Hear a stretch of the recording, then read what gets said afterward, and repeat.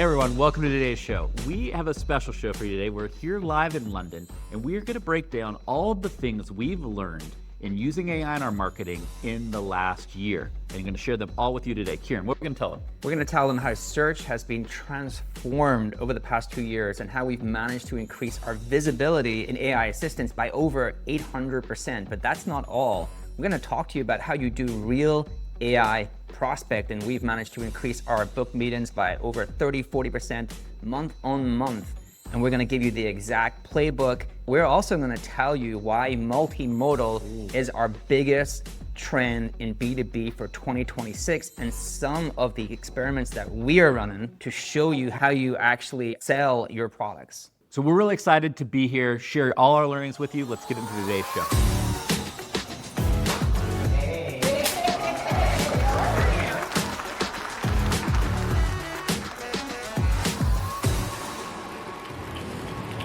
Hey everyone. Hey, thanks for having us, everybody. Kieran, maybe you can set us up with what the heck has changed? Like, how did AI mess up everybody's marketing over the last year or two? This has been one of the most seismic shifts that we've ever seen. And what I see happening this year is really a kind of bifurcation in terms of how we do marketing, in that AI is disrupting how we acquire demand.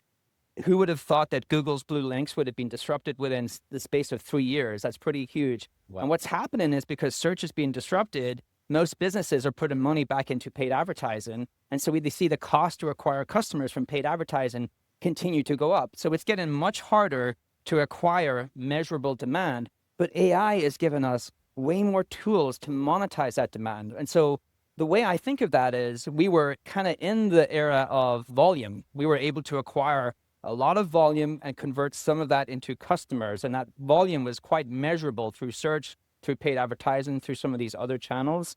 And today, I think maybe we're in the era of value where we can acquire less measurable demand. We're going to talk about that on this episode, but we can have way more ways to extract more customers from that demand. And I think that's where AI really shines today, is the ability to convert more of what you get. It's not just like what tactics marketers should do. What we want you to understand is what are the inputs that's driven all this change? And the first one we want to cover here today is, Kieran, that AI is drastically just changing what the internet looks like. And what's wild to me, and the stat that's probably blown my mind the most recently, is 74% of new web pages contain some type of AI-generated content. The internet is massively becoming an AI content internet versus a human created content internet. And that has a whole host of implications. Maybe break down why this is so important and what marketers should think about for us as we're thinking about this changing landscape of the internet. One of the most mind-blowing charts I saw last week, I think it was put out by a friend of the show, Ethan Smith from Graphite, where they did a lot of research on how content is created today on the internet. And we have now, in the last month, started to reach a point where more content is created by AI versus humans. And I think that has really big repercussions. Now, I will say one of the worst uses of AI, and I say this every time I talk, it blows my mind. When I was a small child, I've always been a nerd. I was into sci-fi. And when I started to use AI tools, I couldn't believe it. We have AI technology. I'm living long enough to see this come to fruition.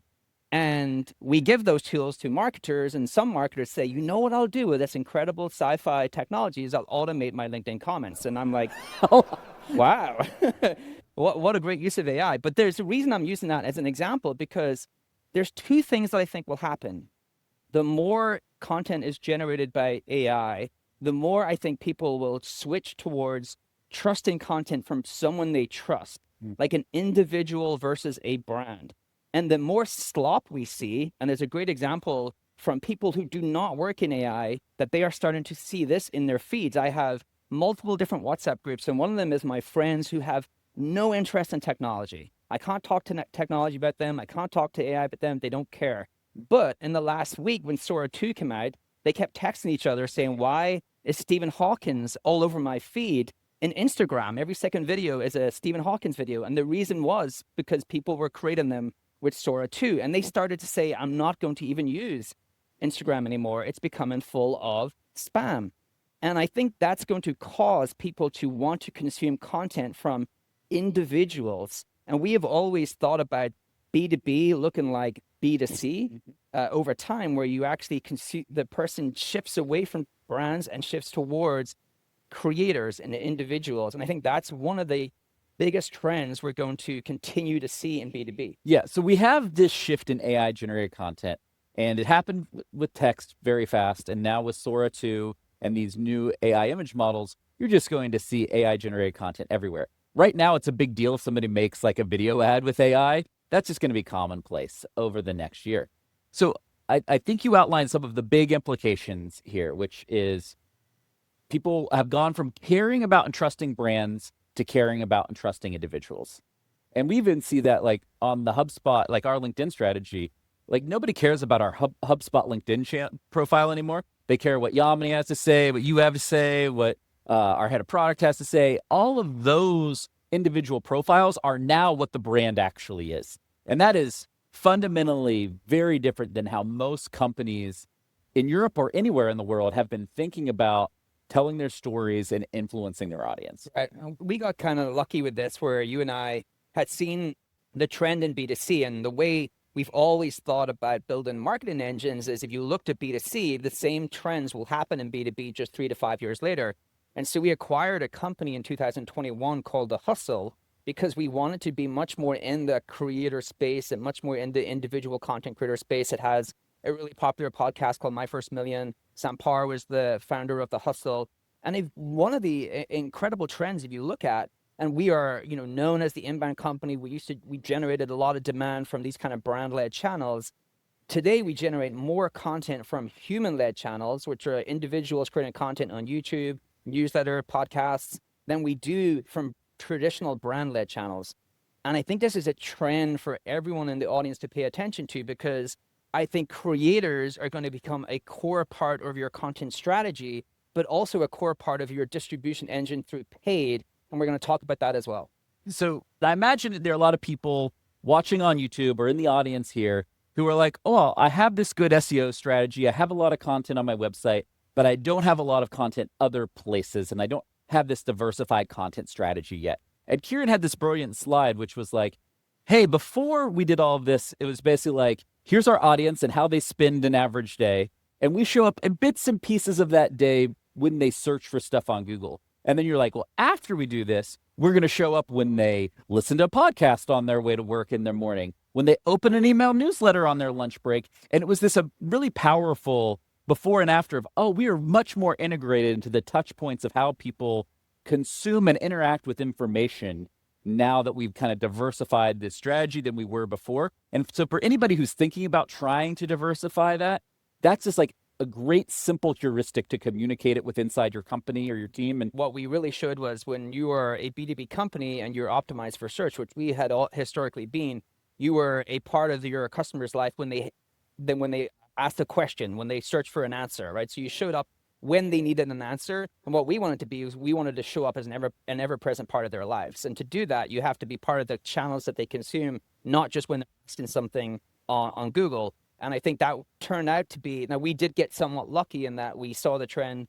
B2C to B2B, and AI is 100% accelerating this. It is 100% accelerated the shift for people to consume content from individuals. I would say if you just think about your own content consumption habits, I wonder how much you consume from individuals versus how much you consume from brands. I bet you it's much more on the individual side. The second thing we want to talk about today is how drastic the change in search has been. And you as the search brat and the SEO interested in this world have long been a student of search, but man, the data around the amount of searches that are not ending in a click and what is shifting out there is very dramatic. When we first used ChatGPT, I remember we did the show in November 2022, and we had used it, and we talked on that very show that this was going to be hugely disruptive for Google. And actually, a lot of people disagreed that Google's blue links would be steadfast, they would never get disrupted. But why did we see that? Because if something is easier and faster, humans will always gravitate towards it. And everyone kind of thought, well, it's not as accurate. I don't think people care. It's easier, faster wins each and every time. So if you look at the data, traditional kind of Google Blue links have already moved towards no click. Like we had feature snippets, we had knowledge boxes. It was always moving in that direction. I think 6 out of every 10 searches would result in a no click. The data with AI mode added, which is Google's, hey, front and center, we want you to use AI before you even look at the blue links. In terms of their beta test, they are seeing anywhere between 8 or 9 searches result in no click. Out That of is 10. out of 10. It's like an 80% of searches, just no clicks No back clicks, to the website. because AI does a great job of answering that question. And so we are starting to see clicks disappear. And when people say, well, hey, search volume is increasing, it will increase because AI is a different experience. You don't search in keywords, you have a conversation. So search volume is 100% going to increase. And that is not the thing to look at. The thing to look at is the disappearance of clicks. And that is the most fundamental disruptive thing I think happening probably to a lot of people in the room as well. Like, hey, my clicks are disappearing. What do I even do? Well, first of all, the fact that ChatGPT is the top 5 most visited website on the internet in 3 years is just like mind-boggling.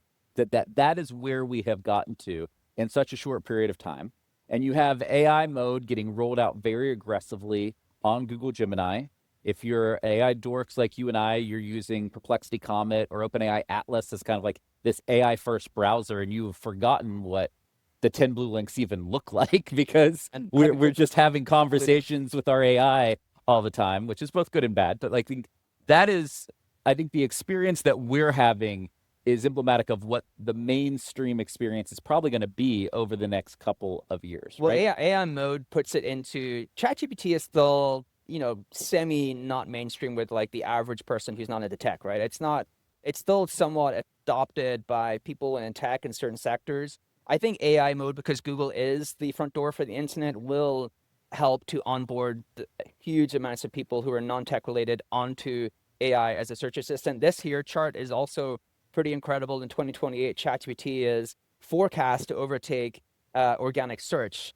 And actually, if you add in AI mode in Google, I suspect there's a good data point out there that says over 75% of all organic search will be consumed by AI first. And again, that is just such a seismic change in the way that we market and the way that we actually grow our businesses. And maybe what we should do is give everyone some tips on what we've been doing about it and what we would do about it if we were you. Obviously, we've established that you have to play here. One really piece of interesting information is that 89% of B2B buyers have already cited that they're using AI search for, buying decisions and research. So it's already here. It's not just a consumer quick response research tool. It is a real business research tool. And so when we think about what we've been doing here, we've been really, I'd say in the last like 15 months, heads down in this search engine problem. And we were in denial for a little bit, and it was a rough time. We tried to do a lot of things in the short term to try to get more traffic from Google and traditional search, and that worked a little bit, but didn't work great. And we decided instead to really lean heavily into answer engine optimization and how we were going to show up in these modern search engines. And it really completely transformed our content strategy and the just way we approach the problem. And maybe you could outline for us, what are the big things that shifted in how we did that? You have two types of search, where you have informational search, where you can create a lot of educational content, how-to content, teach people to do something, and then monetize a small percentage of that into customers. And then you have transactional search. And transactional search is people searching for things around your product or services, like the best X product, the best 10 products that do something.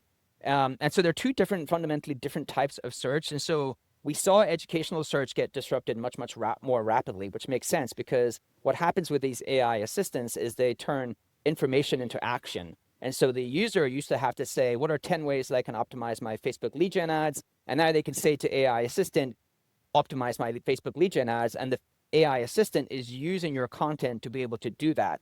And all of that has been consumed by the AI assistants. And so that has been cannibalized pretty rapidly.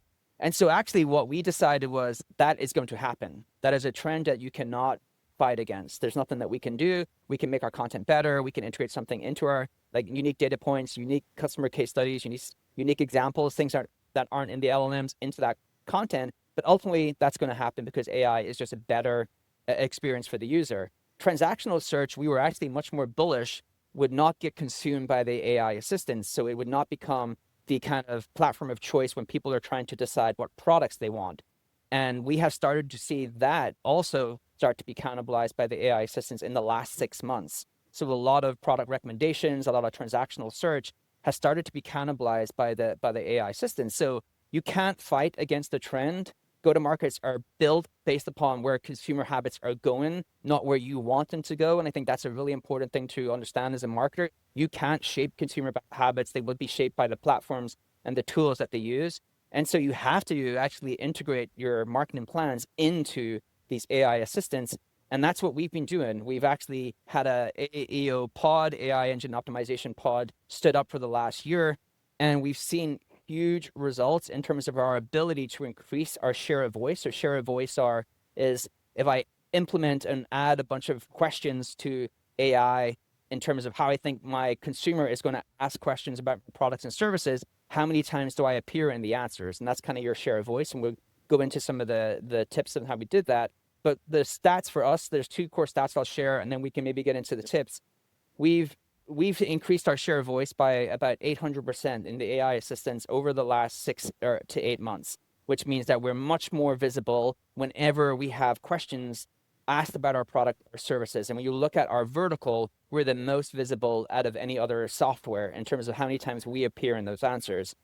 And we've increased our referral traffic from AI assistants by around 1,400%, which is like measurable traffic being clicked through and coming to the website. And we can see it comes from ChatGPT. We can see it comes from Gemini, not so much Claude. I don't think Claude are actually trying to play in that space, to be honest. But, and this is the big This but, is a big but. that traffic is still less than 2% of what we would have seen through organic. It's still tiny in terms of what is measurable that's coming from these platforms. So I would say that AEO, the AI optimization, looks much more like brand than it does performance marketing. Brand marketing is coming back into the circle. That's one thing that you need to understand. And a lot of the traditional brand metrics are part of this AEO mix. The other thing we haven't mentioned yet, but we should say, is one of the main tools we used to get those results was this tool called XFunnel, which helps you scale your AEO. And HubSpot just agreed to acquire XFunnel about a week ago. So we're going to bring that to all of the HubSpot customers in the HubSpot community, because we found that to be incredibly valuable in how we're scaling our AEO efforts. So I personally am super excited about that. The team is amazing. Huge. I think that's a big part of it is that tool. We were a customer and we were so blown away by the tool in terms of the results we got working with the team that we were fortunate enough that we could acquire them and make them part of the kind of HubSpot platform. And there's a couple of things that I can share with you that will be pretty useful in terms of you really want to, like, you have to play in this space. And so it's kind of a must have. And I think like one of the interesting things you can do is you can use AI to build an ICP, ideal customer profile. We've shown how to do that on the podcast if you want to go get that tutorial. But once you have that ICP and AI can kind of build a real great representation of your customer, you can then ask AI, hey, what are all the ways that this customer would ask questions about my product or services? Because remember, it's much harder to understand why people are conversating about your product than searching via keywords. Searching via keywords in B2B, usually 3 to 5 keywords per product, pretty easy to like find those keywords. Having a conversation about a product or service, well, how does my customer even talk? How do they ask questions about my product or service? So then you can get going and you can say, well, I get 100 different ways that they can ask those questions.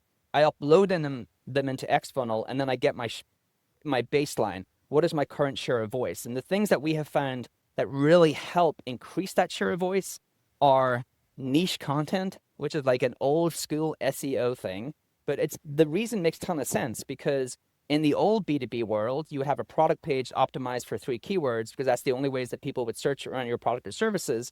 Now you need like 100 variations of that product page because of the way people ask questions about that product or service. You need to have a small piece of content that the LLM can integrate into its answer every time that question is asked about your product or service.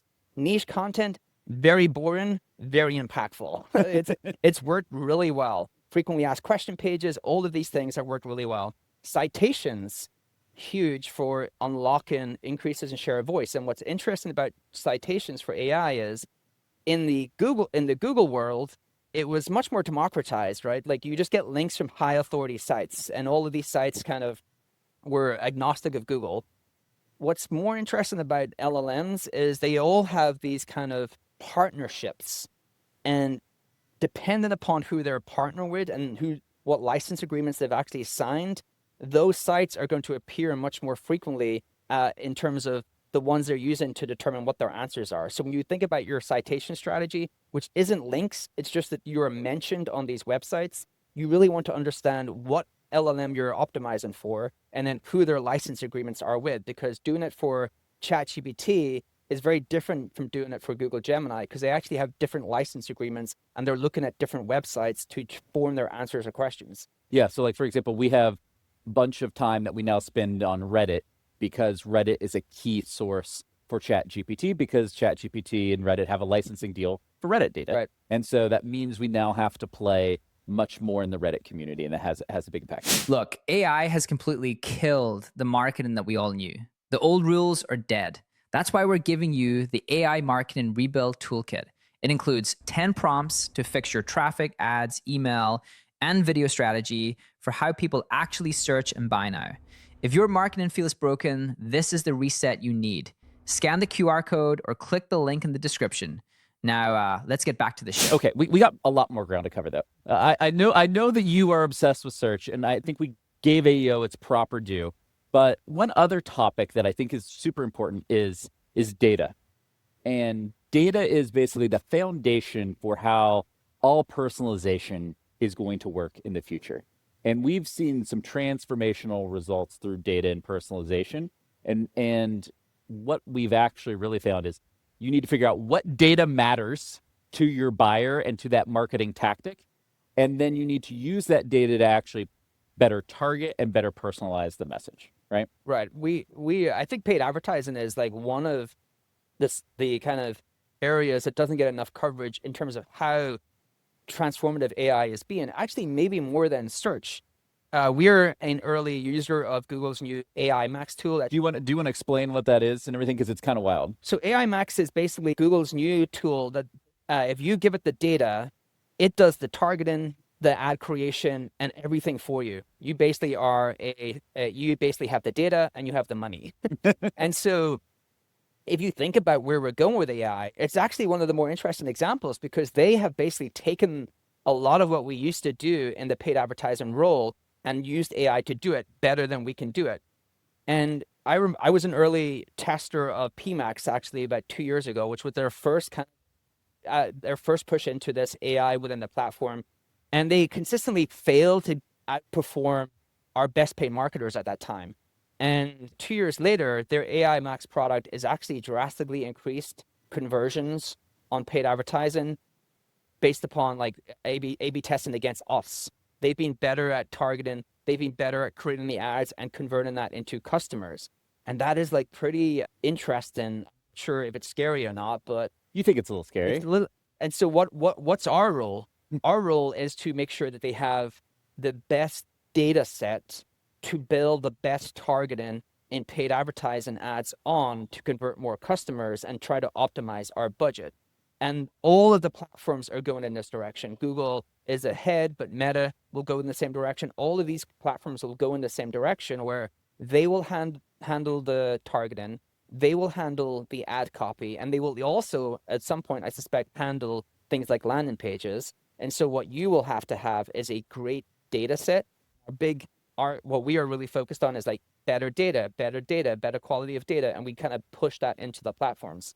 I think data is one component. I think story and message and what you're trying to run that campaign against is going to be a critical marketing skill, more so than it's ever been.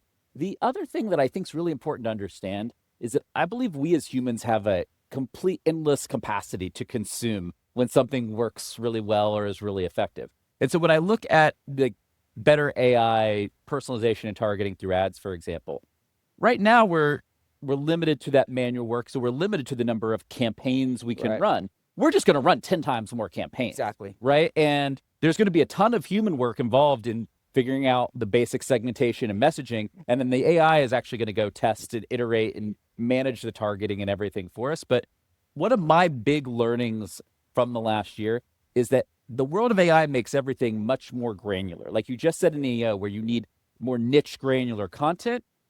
In advertising, it's going to be, you're going to run much more niche granular campaigns.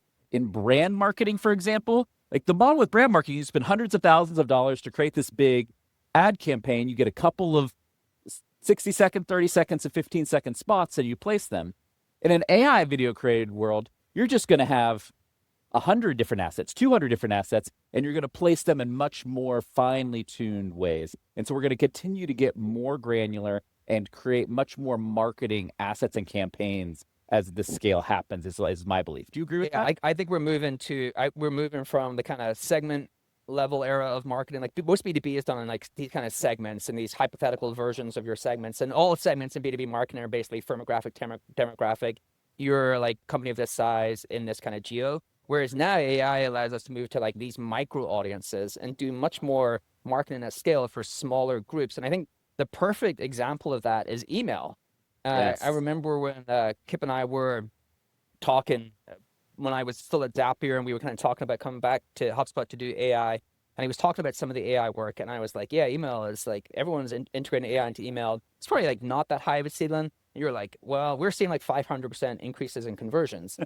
And that email is like one of the best examples of a channel that AI has breathed new life into, because since then we've actually seen phenomenal results with integrating AI across all of our email workflows and tailoring the content to that individual.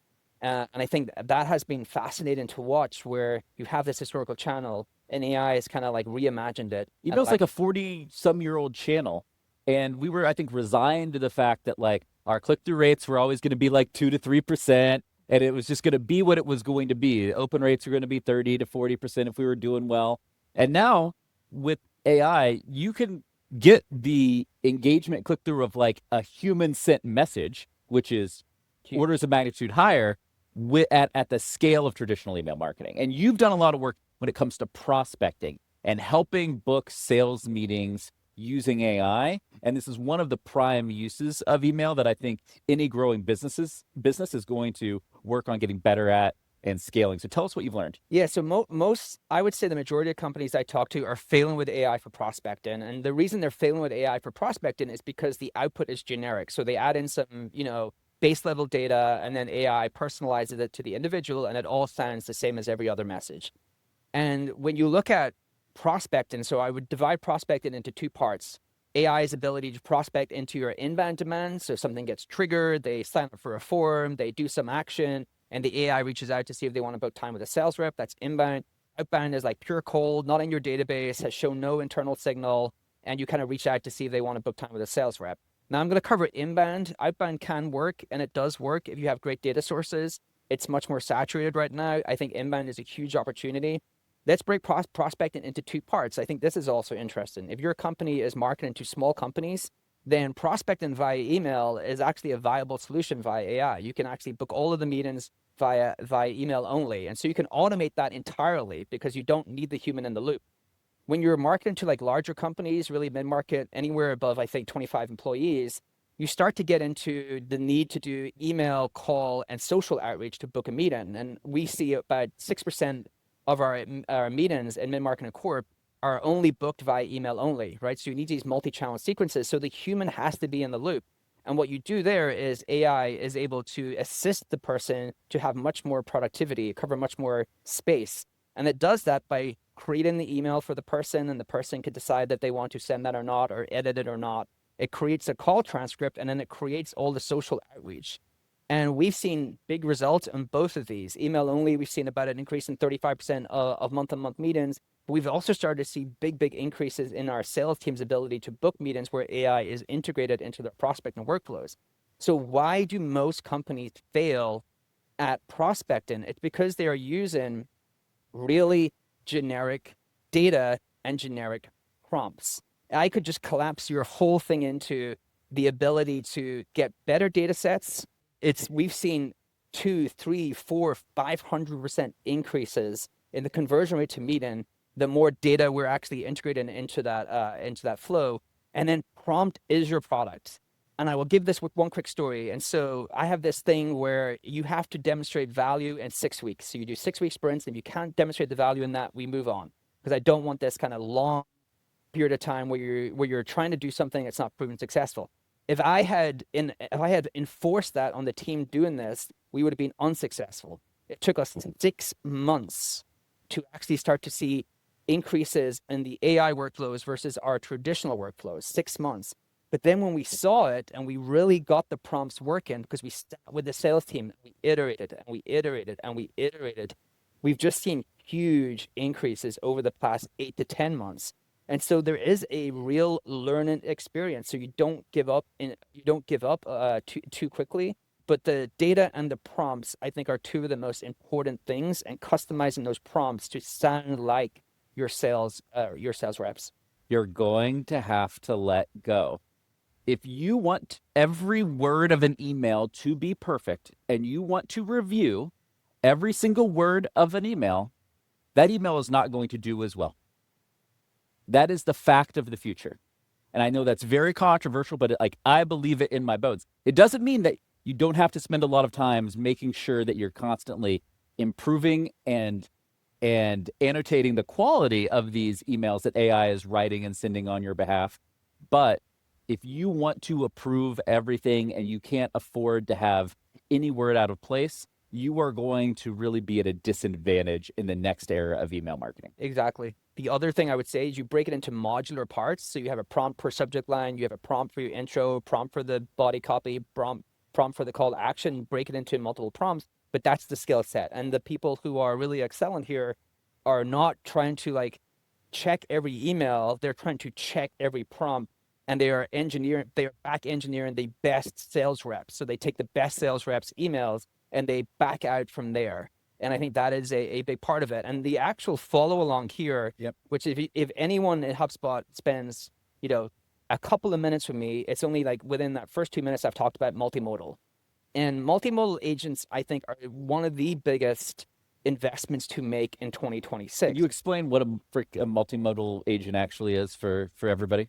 So I think the future we live in is you have a dual purpose website. I think part of the purpose is to serve your AI agents with lots of niche content, because that content is not needed by the user, right? It's one of the more interesting things. It's the first time we're starting to market the agents, not consumers.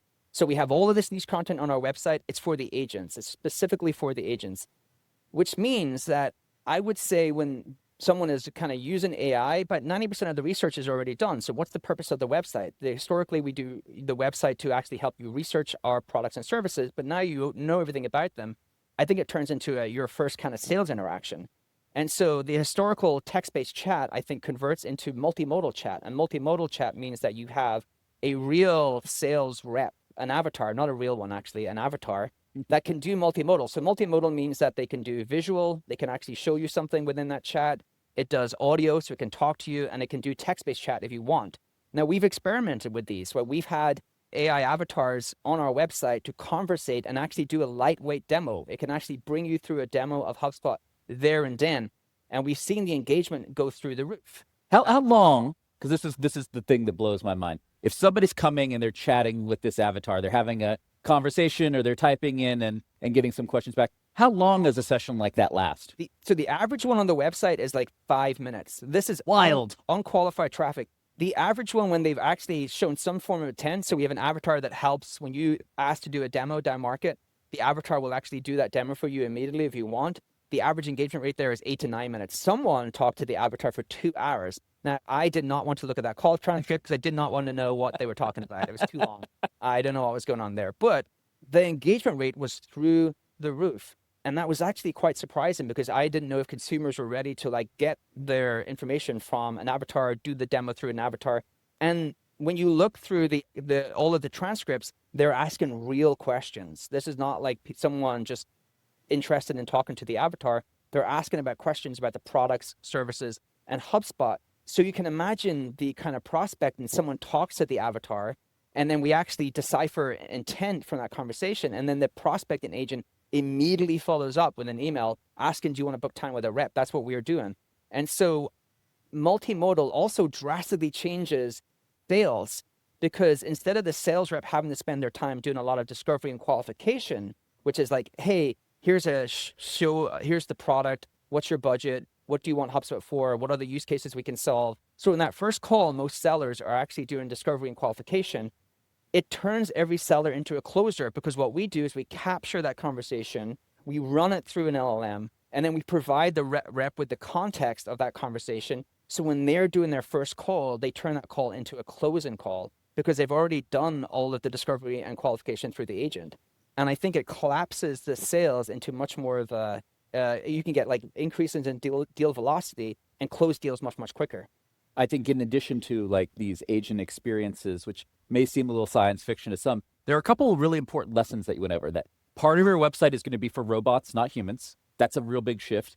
And that the experience that somebody needs to have on your website is getting deeper. It used to be really wide because they were going to hunt and peck and do a bunch of research. Now it's getting deeper, whether it's with an agent or with ChatGPT, whatever, what you may have you. Like the depth of information they need is much, much deeper. And as a marketer, we're going to have a lot more of information that might be private inside our company. Now is going to need to be public as part of the public facing experience. So I would kind of, describe that use case for next year. If you're kind of thinking through, is this something we want to invest in? Is like your AI SDR, the ability to have an agent on your website, conversate with the person, show the product, and then the ability for you to connect that into your email and a prospect and book time with a rep. Something else that I know is top of mind on folks' mind, Kieran, is short form video and content. And one of the things that we've seen is AI video and image models have gotten very good and is leading to a lot of prevalence. You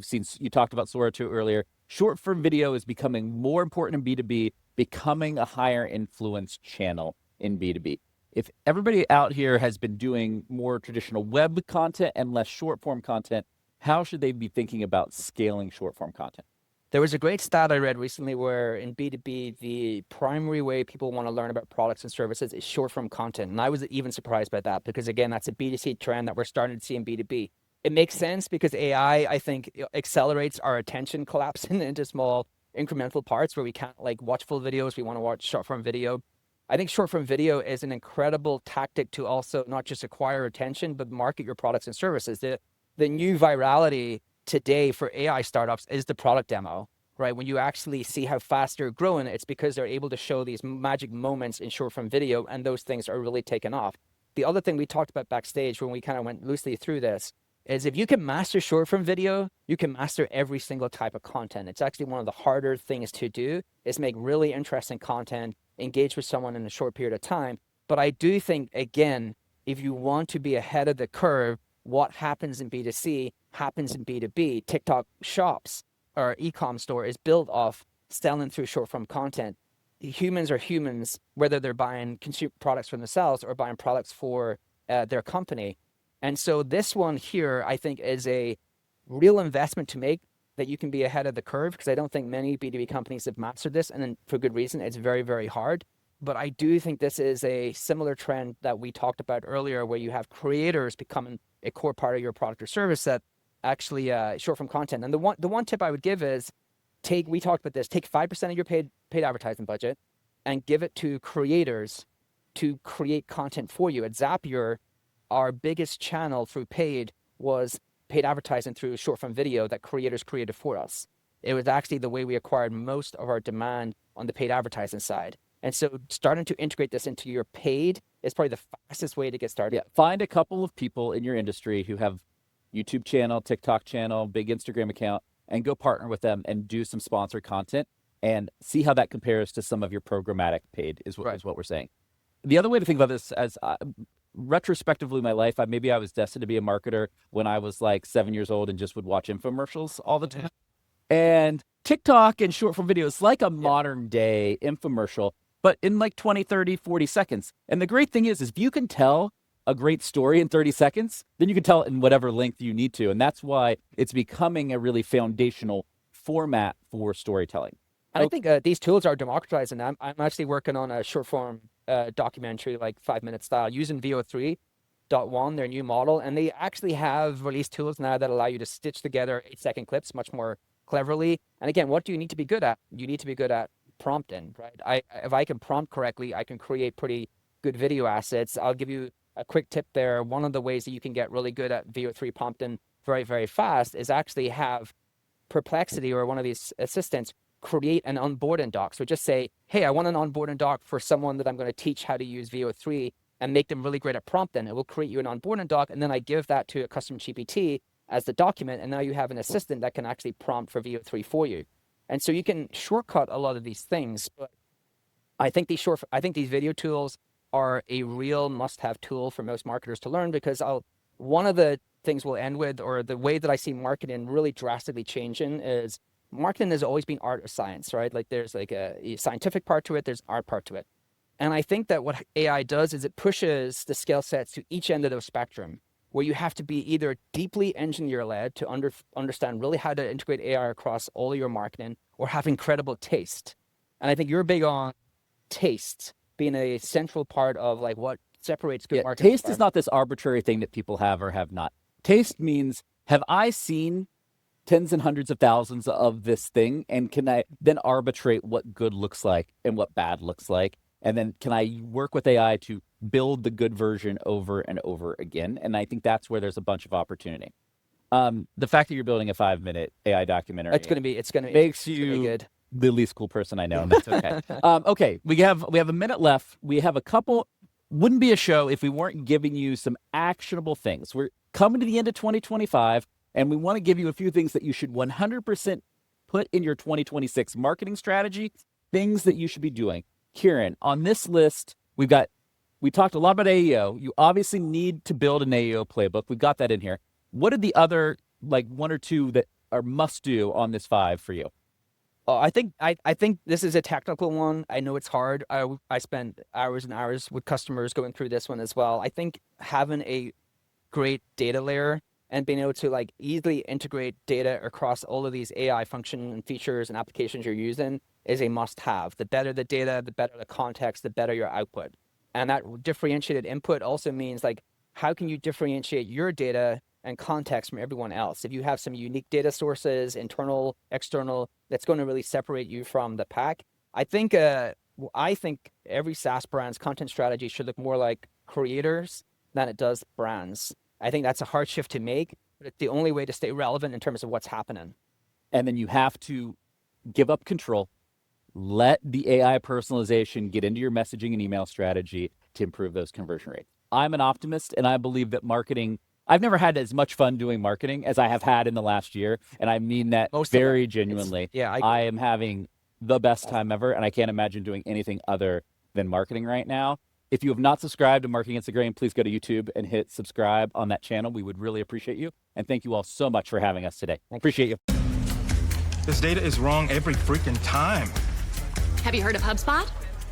HubSpot is a CRM platform where everything is fully integrated. Whoa, I can see the client's whole history, calls, support tickets, emails, and here's a task from 3 days ago I totally missed.